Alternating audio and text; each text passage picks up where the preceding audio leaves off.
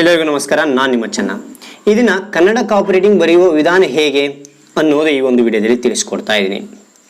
ನಾವು ಏನೆಲ್ಲ ಮಿಸ್ಟೇಕ್ಗಳನ್ನು ಮಾಡ್ತಾ ಇವೆ ಅದನ್ನು ಹೇಗೆ ಸರಿತಿದ್ದುಕೊಳ್ಬೇಕು ಅನ್ನೋದು ಕೂಡ ಈ ಒಂದು ವಿಡಿಯೋದಲ್ಲಿ ತಿಳಿಸ್ಕೊಡ್ತಾ ಇದ್ದೀನಿ. ಕಾಪಿರೈಟಿಂಗ್ ಬರೆಯುವಾಗ ಏನೆಲ್ಲ ನಿಯಮಗಳು ನಾವು ಪಾಲನೆ ಮಾಡಬೇಕು ಅನ್ನೋದು ಕೂಡ ಈ ಒಂದು ವಿಡಿಯೋದಲ್ಲಿ ನೋಡೋಣ, ಸರಿನಾ? ಹಾಗಾದ್ರೆ ನನ್ನ ಚಾನಲ್ ಮೊದಲೇ ಸಾರಿ ನೋಡೋದಿದ್ರೆ ಕಂಪ್ಯೂಟರ್ ಸಬ್ಸ್ಕ್ರೈಬ್ ಬಟನ್ ಕ್ಲಿಕ್ ಮಾಡಿ, ಪಕ್ಕದಂತ ಗಂಟೆ ಐಕಾನ್ ಕ್ಲಿಕ್ ಮಾಡಿ. ಇದರಿಂದ ನಾನು ತೆಗೆದ ಹೊಸ ವಿಡಿಯೋ ನೋಟಿಫಿಕೇಶನ್ ಎಲ್ಲರಿಗಿಂತ ಮೊದಲು ಬರೋ ಸಾಧ್ಯ ಅಂತ ಹೇಳ್ತಾ, ಹಾಗಂದ್ರೆ ಈ ಒಂದು ವಿಡಿಯೋನ ನೋಡೋಣ ಬನ್ನಿ. ಮೊದಲನೇ ಒಂದು ಸೂಚನೆ ನೋಡೋದಾದ್ರೆ, ಕಾಪಿರೈಟಿಂಗ್ ಬರೆಯುವಾಗ ಮೊದಲೇ ವರ್ಣಮಾಲೆಗಳನ್ನು ಕಲ್ತಿರಬೇಕು. ಎರಡನೇ ಒಂದು ನಿಯಮ, ಆ ಮಕ್ಕಳು ಸ್ಲೇಟ್ನಲ್ಲಿ ಕಲಿತಾಗ ಅತ್ಯಂತ ಅದ್ಭುತವಾಗಿ ಮಕ್ಕಳಿಗೆ ಮನದಟ್ಟಾಗ್ತದೆ. ಆದ ಕಾರಣ ಸ್ಲೇಟ್ನಲ್ಲಿ ಬರಲಿಕ್ಕೆ ಪ್ರಾರಂಭ ಮಾಡಿ, ಅದಾದ ನಂತರ ಕಾಪಿರೈಟಿಂಗ್ ಅನ್ನು ಪ್ರಾರಂಭ ಮಾಡಿ. ಅದೇ ರೀತಿಯಾಗಿ ರೇಖಾಭ್ಯಾಸಗಳನ್ನು ಅತ್ಯಂತ ಅದ್ಭುತವಾಗಿ ಮೊದಲು ಕಲಿಸ್ರಿ.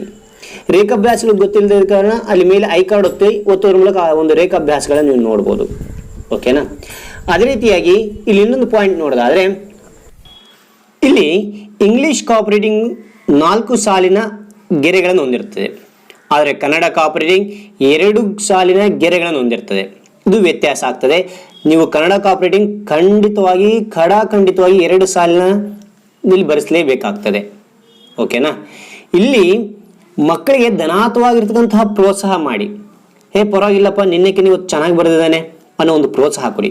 ಚಿ ದರಿದ್ರವಾಗಿ ಬರೆದಾನಪ್ಪ ಅವನು ಅನ್ನೋ ಒಂದು ಬೈಗಳಾಗಲಿ ಯಾವುದೇ ತೆರನಾಗಿ ಬೈಲಿಕ್ಕೆ ಹೋಗಬೇಡಿ.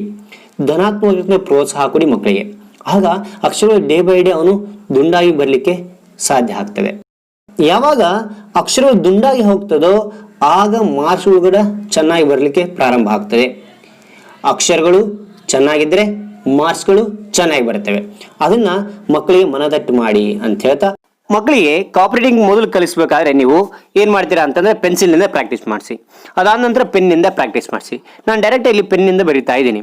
ಹಾಗಾದ್ರೆ ಈ ಬರೆಯೋ ವಿಧಾನವನ್ನು ನಾನು ಹೇಳ್ತಾ ಹೋಗ್ತೇನೆ, ನಾನು ಮಿಸ್ಟೇಕ್ಸ್ ಹೇಳ್ತಾ ಹೋಗ್ತೇನೆ. ಅದು ಯಾವ ರೀತಿಯಾಗಿ ಬರಿಬೇಕು ಅನ್ನೋದು ಈ ವಿಡಿಯೋನಲ್ಲಿ ನೋಡೋಣ ಬನ್ನಿ. ಈಗ ವರ್ಣಮಾಲೆಗಳನ್ನು ಬರೆಯುವಂತಹ ವಿಧಾನವನ್ನು ನಾನು ತೋರಿಸ್ತಾ ಹೋಗ್ತೇನೆ. ಮೊದಲನೇ ಅಕ್ಷರ ಅ ನೋಡಿ, ಈ ರೀತಿಯಾಗಿ ಬರಿಬೇಕಾಗತ್ತೆ. ಎರಡನೇ ಅಕ್ಷರ ಅ 2 ಸಾಲಿನ ಮಧ್ಯದಲ್ಲಿನೇ ಬರಿಬೇಕು. ಆ ನೋಡಿ, ಸೊನ್ನೆಗಳ ವ್ಯತ್ಯಾಸ ನೋಡಿ ಸಮಾನವಾಗಿರ್ತದೆ. ಇದು ಇ ಸ್ವಲ್ಪ ಕೆಳಗಡೆ ಬರಬೇಕು ಅಷ್ಟೇ.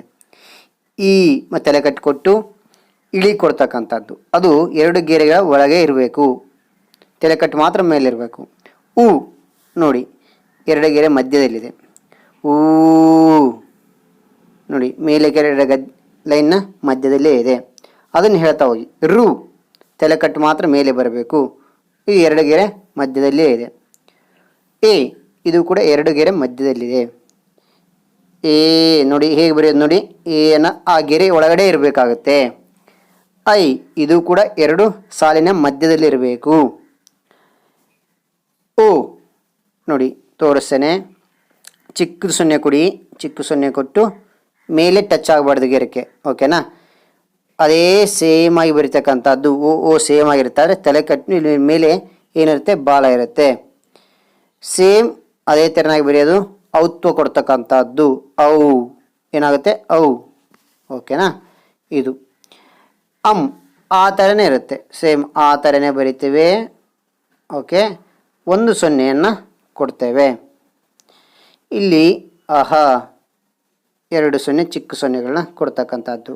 ನೀವು ಪೆನ್ಸಿಲನ್ನು ಪ್ರಾಕ್ಟೀಸ್ ಮಾಡಿಸಿ. ಓಕೆನಾ? ಚಿಕ್ಕ ಮಕ್ಕಳಾದ ಪೆನ್ಸಿಲ್ನೇ ಪ್ರಾಕ್ಟೀಸ್ ಮಾಡಿಸಿ. ಇದರಿಂದ ಏನಾದ್ರು ತಪ್ಪುಗಳು ಮತ್ತೆ ಅದನ್ನೇ ಎರೇಸ್ ಮಾಡಿ ಮತ್ತೆ ಬರೀತಾರೆ. ಓಕೆನಾ?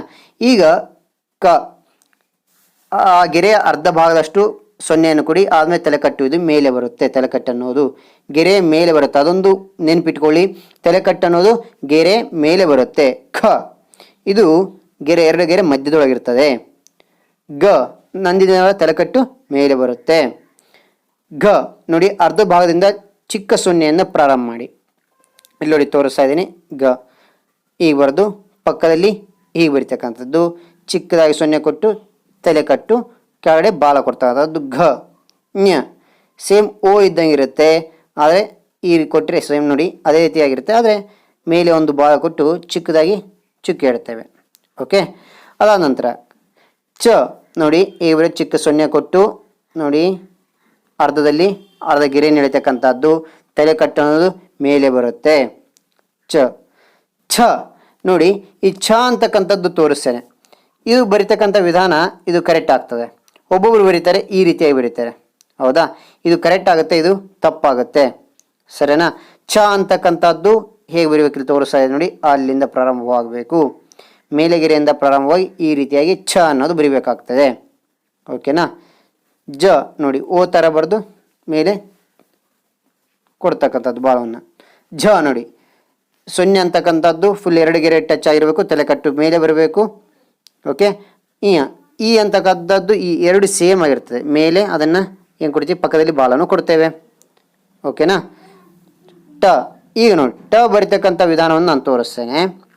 ಇಲ್ಲಿ ಕೆಲವೊಬ್ರು ಟ ಎಷ್ಟೆಲ್ಲ ತೆರನಾಗಿ ಬರಿತಿರ್ತಾರೆ ಅಂದರೆ ಈ ತೆರನಾಗಿ ಬರೀತಾರೆ, ಈ ತೆರನಾಗಿ ಬರೀತಾರೆ, ಅದೇ ತೆರನಾಗಿ ಮತ್ತೆ ಈ ರೀತಿಯ ಕಂಟಿನ್ಯೂಷನ್ ಬರೀತಾರೆ, ಓಕೆ? ಎಲ್ಲೋ 3ಕ್ಕೆ 3 ಕೂಡ ಸರಿಯಾಗಿರ್ತದೆ, ಓಕೆನಾ? ನಾನು ಇಲ್ಲಿ ಮೊದಲು ಬರಿತೇನೆ ನೋಡಿ. ಟ ಬರೆದ ನಂತರ ಠ ನೋಡಿ 2 ಗೆರೆಗಳ ಸಮಾಂತರವಾಗಿ 0 ಇರಲಿ, ತಲೆಕಟ್ಟು ಮೇಲೆ ಕೊಡಿ, ಚುಕ್ಕೆಯನ್ನು ಮಧ್ಯದಲ್ಲಿ ಇಡಿ, ಠ ಆಗುತ್ತೆ. ಡ ನೋಡಿ ಈ ತೆರನಾಗಿ ಬರ್ರಿ, ಸೇಮ್ ಢ ಕೂಡ ತಲೆಕಟ್ಟು ಮೇಲೆ ಕೊಡಿ. ಇದಕ್ಕೇನು ವ್ಯತ್ಯಾಸ ಅಂದರೆ ಇದಕ್ಕೆ ಕೆಳಗಡೆ ಬಾಲ ಇರುತ್ತೆ, ಇದು ಢ ಆಗುತ್ತೆ, ಓಕೆನಾ? ಣ ಅಂತಕ್ಕಂಥದ್ದು ಬರೀ ವಿಧಾನ ನೋಡಿ, ಇದು ಣ, ಇದು ಓಕೆ. ತ ಬರೀತಕ್ಕಂಥ ವಿಧಾನ ನೋಡಿ. ತ ಒಬ್ಬೊಬ್ರು ಹೇಗೆ ಬರೀತಾರೆ, 0 ಕೊಟ್ಟು ಈ ರೀತಿಯಾಗಿ ಬರೀತಾರೆ, ಈ ರೀತಿಯಾಗಿ ಬರೀತಾರೆ, ಸರಿನಾ? ಈ ಎರಡೂ ಕೂಡ ಸರಿಯಾಗಿರುತ್ತೆ, ಓಕೆ? ಆದರೆ ಬರೆಯುವಾಗ ಈ ರೀತಿಯಾಗಿ ತ ಬರಿಬೇಕಂತೇಳಿ ಹಿರಿಯರು ಹೇಳ್ತಾರೆ, ಸರಿ? ಈ ರೀತಿಯಾಗಿ ಬರಲಿಕ್ಕೆ ಪ್ರಾಕ್ಟೀಸ್ ಮಾಡಿ. ಥ ದ ಧ ಅನ್ನ ಹೇಗೆ ನೆನಪಿಡಬೇಕು, ಇದೇ ರೀತಿಯಾಗಿ 3 ಸಾರಿ ಬರೆದುಕೊಳ್ಳಿ. ಬರ್ಕೊಂಡ ನಂತರ ಇಲ್ಲಿ ಥಗೆ ಏನು ವ್ಯತ್ಯಾಸ ಇರುತ್ತೆ ಅಂತಂದರೆ ಇಲ್ಲಿ ಮಧ್ಯದಾಗೆ ಚುಕ್ಕೆ ಬರ್ತದೆ, ಮಧ್ಯದ ಚುಕ್ಕೆ ಬಂದು ಕೆಳಗಡೆ ಬಾಲ ಬರುತ್ತೆ, ಥ ಇದು ದ ಏನು ಬರೋದಿಲ್ಲ ಅದರಲ್ಲಿ, ಓಕೆ? ಧಾಗೆ ಕೆಳಗಡೆ ಬಾಲ ಬರುತ್ತೆ, ಧ ಆಗಿರುತ್ತೆ, ಓಕೆ ಸರಿನಾ? ನ ಈ ರೀತಿಯಾಗಿ ಬರೀತಕ್ಕಂಥದ್ದು, ಇದು ನ ಮೇಲೆ ತಲೆಕಟ್ಟು ಮೇಲೆ ಕೊಡ್ತಕ್ಕಂಥದ್ದು. ಪ ಚಿಕ್ಕ 0 ಕೊಡಿ, ಅದಾಂತರ ಚಿಕ್ಕ 0 ಇಟ್ಟು ತಲೆಕಟ್ಟು ಮೇಲೆ ಕೊಡ್ತಕ್ಕಂಥದ್ದು, ಇದು ಪ, ಓಕೆ? ಸೇಮ್ ಅದೇ ಥರನಾಗಿ ಬರ್ರಿ. ಬರೆದ ನಂತರ ಇಲ್ಲಿ ಕೆಳಗಡೆ ಬಾಲ ಕೊಡ್ತೇವೆ ಅಷ್ಟೇ, ಇದು ಫ ಆಗುತ್ತೆ. ಬಾ ನೋಡಿ ಇಲ್ಲಿ ಓಗೆ ಬಾಗೆ ವ್ಯತ್ಯಾಸ ಇರುತ್ತೆ. ಓ ಅಂತಕ್ಕಂಥದ್ದು 2 ಗೆರೆಗೆ ಸಮಾನಾಂತವಾಗಿ ಇರೋದಿಲ್ಲ, ಆದರೆ ಬಾ ಅಂತಕ್ಕಂಥದ್ದು 2 ಗೆರೆಗಳಿಗೆ ಟಚ್ ಆಗುತ್ತೆ, ಸರಿನಾ? ಇದನ್ನು ಬಾರಿ ಗುರುತಿಟ್ಕೋರಿ, ಇದು ವೆರಿ ಇಂಪಾರ್ಟೆಂಟ್. ಬಾ ಓಗೆ ವ್ಯತ್ಯಾಸ ಆಗುತ್ತೆ, ಒಂದೊಂದು ಸರಿ ಅಕ್ಷರ ಮಿಸ್ಟೇಕ್ ಆಗುತ್ತೆ. ಇಲ್ಲಿ ನೋಡಿ ಬಾಗೆ ಇನ್ನೊಂದು ಭಾ ಬರಿಬೇಕಾದ್ರೆ ಸೇಮ್ ಆಗಿರ್ತದೆ, ಅಲ್ಲಿ ತಲೆ ಕಟ್ಕೊಟ್ಟು ಕೆಳಗಡೆ ಬಾಲ ಕೊಡ್ತೇವೆ, ಭಾ ಆಗುತ್ತೆ. ಮಾ ಚಿಕ್ಕ 0 ಕೊಟ್ಟು ಈ ರೀತಿಯಾಗಿ ಮೇಲೆ ತಲೆ ಕಟ್ಕೊಟ್ಟು ಪಕ್ಕದಲ್ಲಿ ಬಾಲ ಕೊಡೋದು, ಇದೇನಾಗುತ್ತೆ ಅಂತಂದರೆ ಮ ಅಂತ ಆಗುತ್ತೆ, ಓಕೆನಾ? ಇಲ್ಲಿ ಇದಾದ ನಂತರ ಯ ಬರೆಯುವಾಗ ಸಮಾನಾಂತರವಾಗಿ 0 ಬರೀರಿ, ಅದಾನಂತರ ಈ ರೀತಿಯಾಗಿ ತಲೆ ಕಟ್ಟು ಕೊಡಿ, ಅದಾನಂತರ ಪಕ್ಕದಲ್ಲಿ ಈ ರೀತಿ ಬಾಲ ಕೊಡ್ರಿ, ಅದು ಯಾ ಆಗುತ್ತೆ. ಸಮಾನಾಂತರ 0 ಕೊಡಿ, ತಲೆ ಕಟ್ಟು ಕೊಡ್ರಿ, ಇದು ರ ಆಗುತ್ತೆ. ರಾಗೆ ಠಾಗೆ ಏನೋ ಚುಕ್ಕೆ ಇರುತ್ತೆ, ಇದಕ್ಕೆ ಚುಕ್ಕೆ ಇರೋದಿಲ್ಲ, ಅಷ್ಟೇ ವ್ಯತ್ಯಾಸ. ಲ ಚಿಕ್ಕ 0 ಕೊಟ್ಟು ಇಲ್ಲಿ ಇದು ಬರೋದ್ರಿಂದ ಲ ಆಗುತ್ತೆ. ವಾ ನೋಡಿ ಚಿಕ್ಕ 0 ಕೊಟ್ಟು ಈ ರೀತಿಯಾಗಿ ಕೊಡ್ತಕ್ಕಂಥದ್ದು. ಮಾಗೆ ವಾಗೆ ಏನು ವ್ಯತ್ಯಾಸ ಅಂದರೆ ಮಾಗೆ ಪಕ್ಕ ಏನು ಬರುತ್ತೆ, ಬಾಲ ಬರುತ್ತೆ, ಇದಕ್ಕೆ ಬಾಲ ಬರೋದಿಲ್ಲ. ಈ ರೀತಿಯಾಗಿ ಮಕ್ಕಳಿಗೆ ವ್ಯತ್ಯಾಸವನ್ನು ತೋರಿಸ್ತಾ ಹೋಗಿ, ಆಗ ಮಕ್ಕಳು ತಿಳಲಿಕ್ಕೆ ಅನುಕೂಲ ಆಗುತ್ತೆ. ವಾ ಆದ ನಂತರ ಶ ನೋಡಿ ಈ ರೀತಿಯಾಗಿ ಬರೀತಾರೆ, ಈ ರೀತಿಯಾಗಿ ಬರೀತಾರೆ, ಶ ಅಂತಕ್ಕಂಥದ್ದು 2 ರೀತಿ ಸೇಮೆ ಅಂತ ಹೇಳ್ತಾರೆ. ನಾನು ಈ ರೀತಿಯಾಗಿ ಬರಿತಾ ಇದ್ದೀನಿ, ಈ ರೀತಿ ಅಭ್ಯಾಸ ಮಾಡೋದು ಒಳ್ಳೆಯದು, ಓಕೆನಾ? ಶ ಅದಂತರ ಶ ಬರಿತಕ್ಕಂಥದ್ದು ಪ ಹೇಗಿರುತ್ತೆ ಅದೇ ತೆರನಾಗಿ ಬರೀರಿ, ಓಕೆ? ಸೇಮ್ ಅದೇ ರೀತಿಯಾಗಿ ಬರೆದು ಅದ್ರ ಪಕ್ಕದಲ್ಲಿ ಒಂದು ಗೇರೆ ಹೇಳಿರಿ, ಇದು ಶ ಆಗುತ್ತೆ, ಓಕೆನಾ? ಶ ವ್ಯತ್ಯಾಸ ಅಕ್ಷರಗಳೇ ವ್ಯತ್ಯಾಸ ತಿಳಿಸ್ತಾ ಹೋಗಿ. ಸ ನೋಡಿ ಸಾಗೆ ನೇರ ಯಾವುದೇ ಅಕ್ಷರ ಅಂತಂದರೆ ನ ಇದೆ, ಓಕೆ? ನ ಅನ್ನೋ ಒಂದು ಅಕ್ಷರದೊಳಗೆ ಇಲ್ಲಿ 2 ಗೆರೆಗಳಿಗೆ ಜಾಯಿಂಟ್ ಮಾಡಿ ತಲೆ ಕಟ್ಕೊಡ್ತೇವೆ.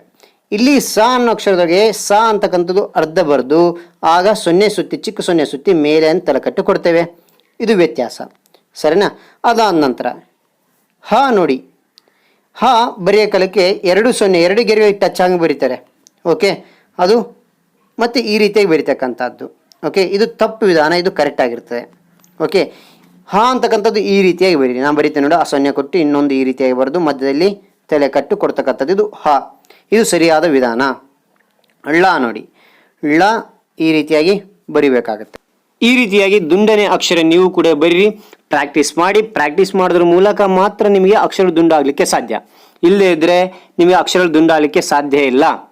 ಆ ಒಂದು ಅಕ್ಷರವನ್ನೇ ನೀವು 1-2 ಪುಟಗಳು ಬರಿತಾ ಹೋಗಿ, ಆ ಅಂತಕ್ಕಂಥ ಅಕ್ಷರ 2-3 ಪುಟಗಳು ಬರಿತಾ ಹೋಗಿ, ಆಗ ತಾನೇ ನಿಮಗೆ ಈ ಒಂದು ವರ್ಣಮಾಲೆ ಅನ್ನೋದು ದುಂಡಾಗಲಿಕ್ಕೆ ಸಾಧ್ಯ. ಇಲ್ಲದೇ ಇದ್ರೆ ಒಂದೇ ಸರಿಗೆ ಎಲ್ಲೋ ಅಕ್ಷರ ಬರಲಿಕ್ಕೆ ಸಾಧ್ಯ ಇಲ್ಲ ಅಂತ ಹೇಳ್ತಾ, ಹಾಗಾದ್ರೆ ಈ ಒಂದು ವಿಡಿಯೋ ಇಷ್ಟವಾದಲ್ಲಿ ಲೈಕ್ ಮಾಡಿ, ಶೇರ್ ಮಾಡಿ ಅಂತ ಹೇಳ್ತಾ ಈ ವಿಡಿಯೋ ಮುಗಿಸ್ತಾ ಇದೀನಿ. ನಿಮ್ಮ ಸಲಹೆ ಸೂಚನೆ ಕಾಮೆಂಟ್ ಮಾಡಿ ಅಂತ ಹೇಳ್ತಾ ಈ ವಿಡಿಯೋ ಮುಗಿಸ್ತಾ ಇದೀನಿ. Thank you for watching. Bye ಮಕ್ಕಳೇ, ಬಾಯ್.